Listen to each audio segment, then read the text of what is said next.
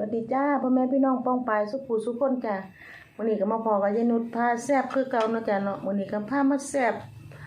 อันผัดซีอิ๊วจ้าพี่น้องจ้าผัดซีอิ๊วเนาะจ้าเนาะผัดซีอิ๊วทะเลเนาะจ้าเนาะเห็นบ่จ้าบ่ได้ตั้งกล้องอันบ่ได้ตั้งขากล้องเนาะ อันความข้านเนาะจ้าเนาะผัดซีอิ๊วจ้าพี่น้องจ้าผัดซีอิ๊วทะเลแซ่บๆน้ำยานุชด้วยจ้าพี่น้อง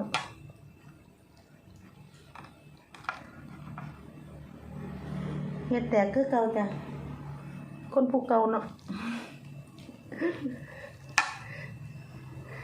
แซ่บๆจ้าคำแรกแหกมันซิมคือเก่าจ้ะพี่น้องจ้าผัดซีอิ๊วทะเลเนาะจ้ะเนาะจ้ะผัดซีอิ๊วก๋วยเตี๋ยวทะเลนะจ้ะเนาะคำแรกแหกมันซิมคือเก่าจ้ะ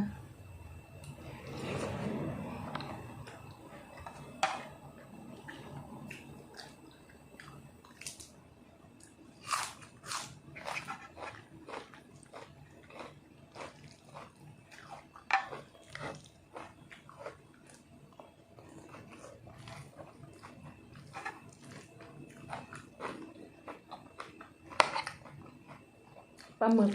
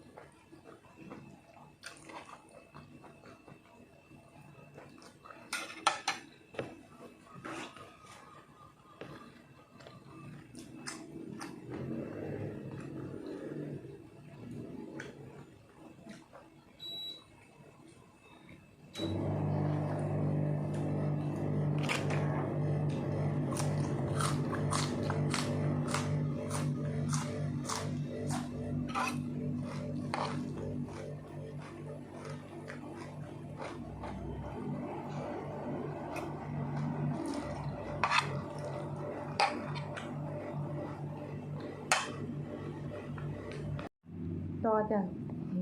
ไปปิดประตูมันนั่นรถแล่นมันดังแห้งไหมพี่น้องมันอยู่ไกลๆระเบียงเนาะมันไกลๆถนน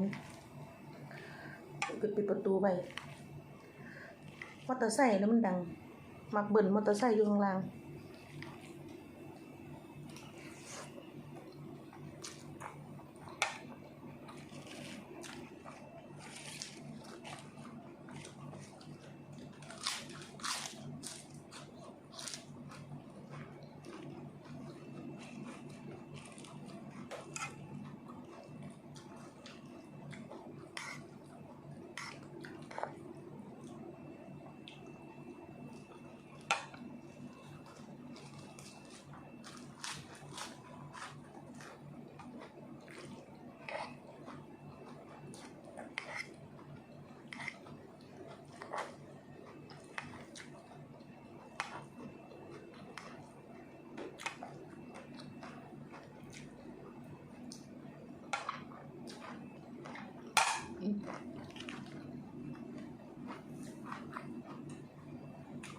ความก็คือคนกินแหละพี่น้อง เหี่ยวๆแห้งๆ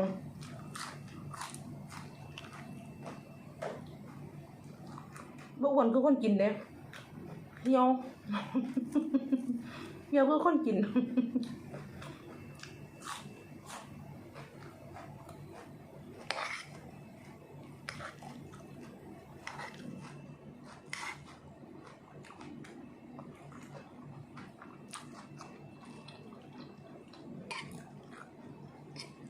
ท้องก็ได้เนาะกินอยู่ไม่ได้ก็ห้อง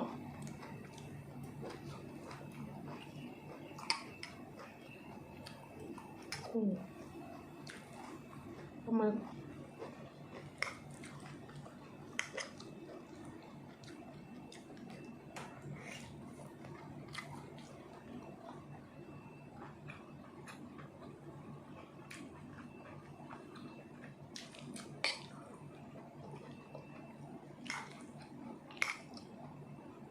ฝนก็จะตกไปน้องเป็นครึ่งฟ้าครึ่งฝน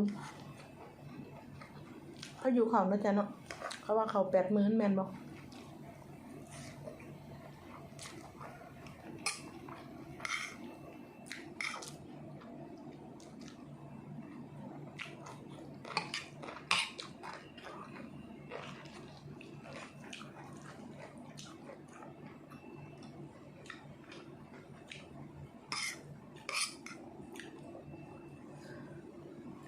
ไปหาตกหมองเพิ่นเฮ็ดให้เฮ็ดหน้าพูนเนาะพี่น้องเนาะ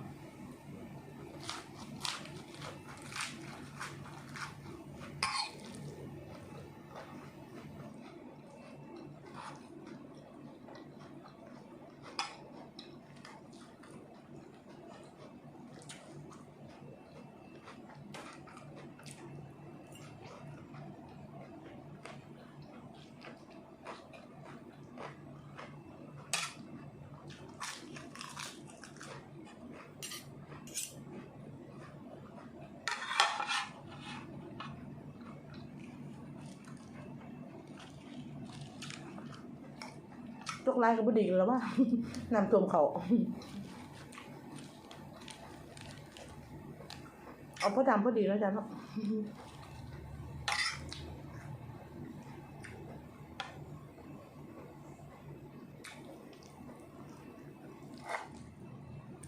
บอกพญาแถนจะตกแห้งไรเด้อ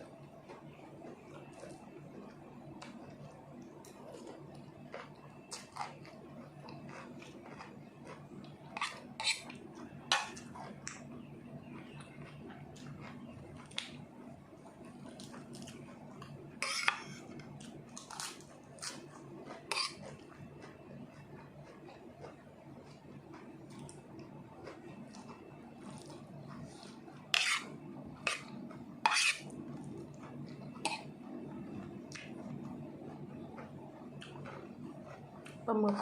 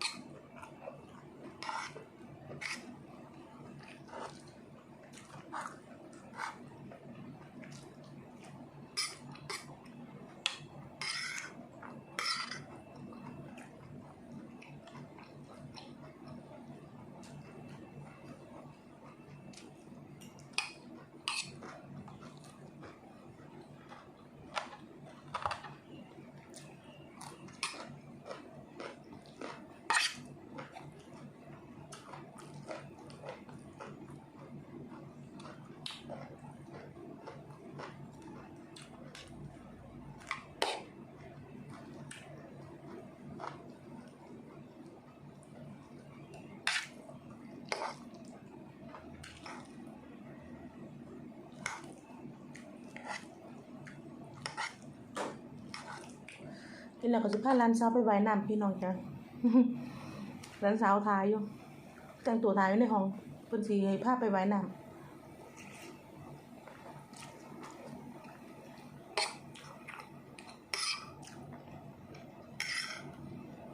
เพราะว่าฝนตกหมดมือลิ้นเพิ่นบ่ได้ไปเล่นเพิ่นเก็บกด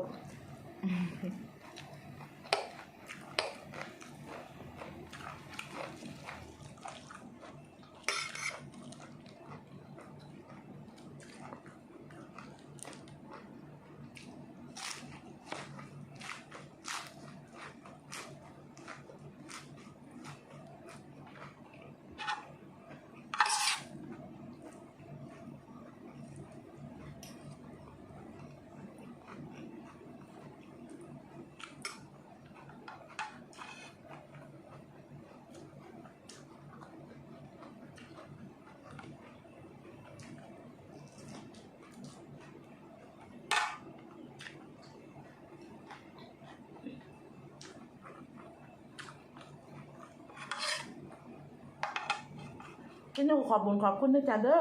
พวกเขามากำลังแรงใจขอบคุณหลายๆจ้ะ พอกันคลิปหน้าจ้าคลิปนี้หนูขอตัวกันจ้าขอมาแล้วก็อย่าลืมกดไลค์กดแชร์กดติดตามให้ยายนุชดำเนินและจ้าพี่น้องจ้า